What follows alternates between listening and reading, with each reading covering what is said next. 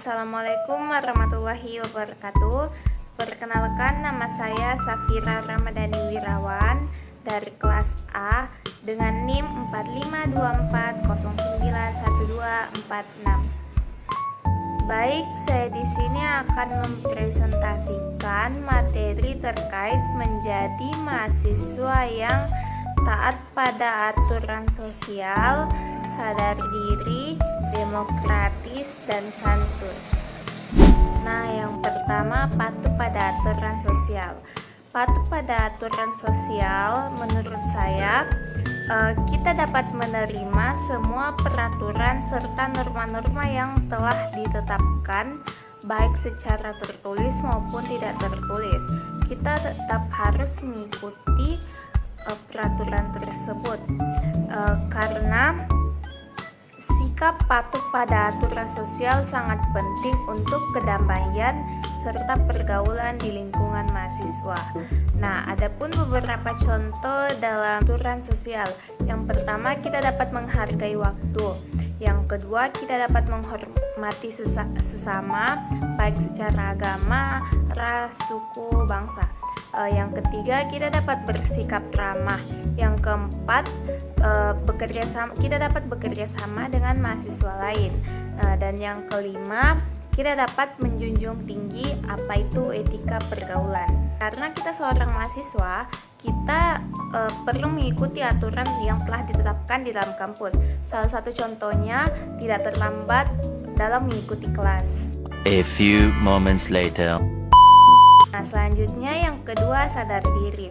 Kesadaran diri sangat dibutuhkan di dalam setiap lingkungan. Karena kenapa? Kesadaran diri itu pun terpisah dengan pemikiran kita tentang kejadian-kejadian yang terjadi hari ini maupun hari esok. One eternity later. Karena kita sebagai seorang mahasiswa, mahasiswa yang memiliki sifat self-awareness itu dapat memahami perasaan dan perilaku serta tindakan yang dilakukan terhadap orang lain karena adanya self-awareness di dalam diri dia. Nah, adapun beberapa cara agar dapat dilakukan mahasiswa untuk mengembangkan self-awareness tersebut. Yang pertama, menyadari kondisi sekitar. Yang kedua, melakukan introspeksi diri. Dan yang terakhir, kita dapat mengendalikan emosi kita. Nah, selain self-awareness, mahasiswa juga dapat meningkatkan kesadaran diri dengan cara menjalani tujuan hidup, belajar dengan giat, menjaga kesehatan serta mental, berpikir kritis, peduli terhadap sesama, percaya diri, serta mudah beradaptasi.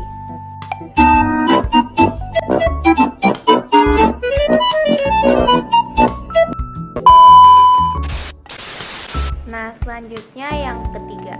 Yang ketiga itu demokratis. Demokratis adalah bagaimana kita bersikap, bertindak, serta menyikapi apa yang menilai sama hak dan kewajiban orang lain. Nah, adapun manfaat demokrasi ini terhadap seorang mahasiswa, yaitu dapat membentuk karakter dari setiap kewarganegaraan serta bertanggung jawab terhadap mahasiswa dan terhadap tindakannya. A few moments later. Nah, adapun tindakan kita untuk menjadi siswa demokratis, yaitu kita dapat mengeluarkan opini, pendapat, serta kita dapat menulis artikel dan membuat majalah dinding. Tidak terlambat masuk kelas, mendahulukan apa yang harus didahulukan, dan yang penting tidak membeda-bedakan antara teman, guru, dan dosen. Nah, di lingkungan mahasiswa ada pun contoh-contoh demokratis yang sering dilakukan, yaitu kita dapat menghargai pendapat orang lain. Yang kedua, kita tidak membeda-bedakan teman. Yang ketiga, kita mendahulukan kepentingan bersama. Yang keempat, kita menerima saran serta opini-opini dari orang lain. Dan yang kelima, kita dapat berdiskusi dengan mahasiswa yang lain. Yang keenam, kita mengambil keputusan dengan bermusyawarah bersama-sama. Nah, demokrasi di kampus dapat diwujudkan dengan cara yang pertama, kita dapat melakukan kegiatan mahasiswa yang dapat melibatkan seluruh mahasiswa yang ada di kampus. Yang kedua, kita dapat menciptakan kondisi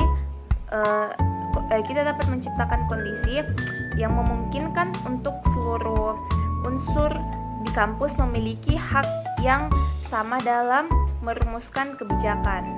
Adapun persamaan hak, dengan adanya persamaan hak, kita menyatakan bahwa dalam masyarakat demokratis hanya ada satu kelas warga negara yang setara dengan mendefinisikan status umum bagi semua.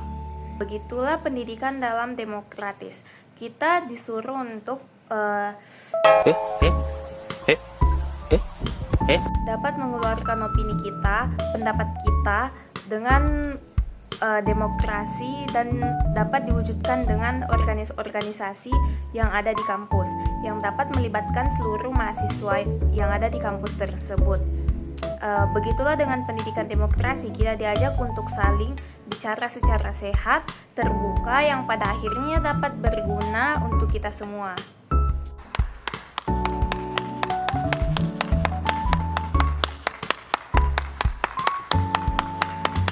Tanpa demokrasi kita dapat kehilangan arah. Karena kenapa? Orang lain pasti akan lebih tahu daripada kita jika kita tidak memiliki serta mengetahui apa itu demokrasi.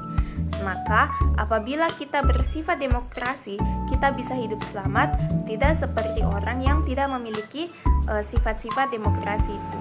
Nah, santun pada umumnya berarti halus, baik budi bahasa, tingkah laku, sabar, tenang, sopan, penuh rasa belas kasih, dan suka menolong.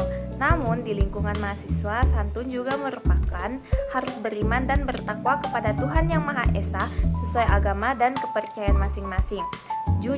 Kita dapat berpikir kreatif, bertindak jujur, berpikir secara rasional maupun berpikir kritis, rendah hati, sopan, mengutamakan kejujuran akademik, dan mampu menghargai waktu. Nah, seseorang yang memiliki tingkah laku santun akan dihargai oleh orang lain karena santun akan mementingkan kepentingan orang lain daripada kepentingannya sendiri. Inti dari sikap santun adalah berlaku sesuai aturan dan tataran norma yang ada. A few moments later. Beberapa contoh sikap santun yang dapat kita terapkan di kehidupan sehari-hari. Yang pertama, tidak membentak atau berbicara secara keras kepada kedua orang tua. Yang kedua, tidak memerintah orang yang lebih tua untuk melakukan sesuatu yang diinginkan. Yang ketiga, tidak membantah. Yang keempat, menghormati orang yang lebih tua daripada kita. Yang kelima, menerima sesuatu selalu dengan tangan kanan. Yang keenam, tidak berbicara kotor, kasar, dan takabur. Yang ketujuh, tidak meludah sembarangan. Yang kedelapan, tidak menyelah pembicaraan. Yang kesembilan, berpakaian sopan dan santun. Siswa yang santun dapat ditunjukkan dengan sikap dan perilaku seperti berkomunikasi dengan baik, menunjukkan sikap ramah, menghargai perbedaan, menghargai pendapat orang lain, serta menjaga keseimbangan hidup. Karena kenapa? Menjaga keseimbangan hidup merupakan salah satu tips sukses kuliah.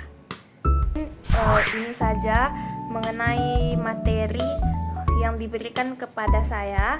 Mohon maaf apabila banyak kurangnya serta kesalahan kata atau ucapannya.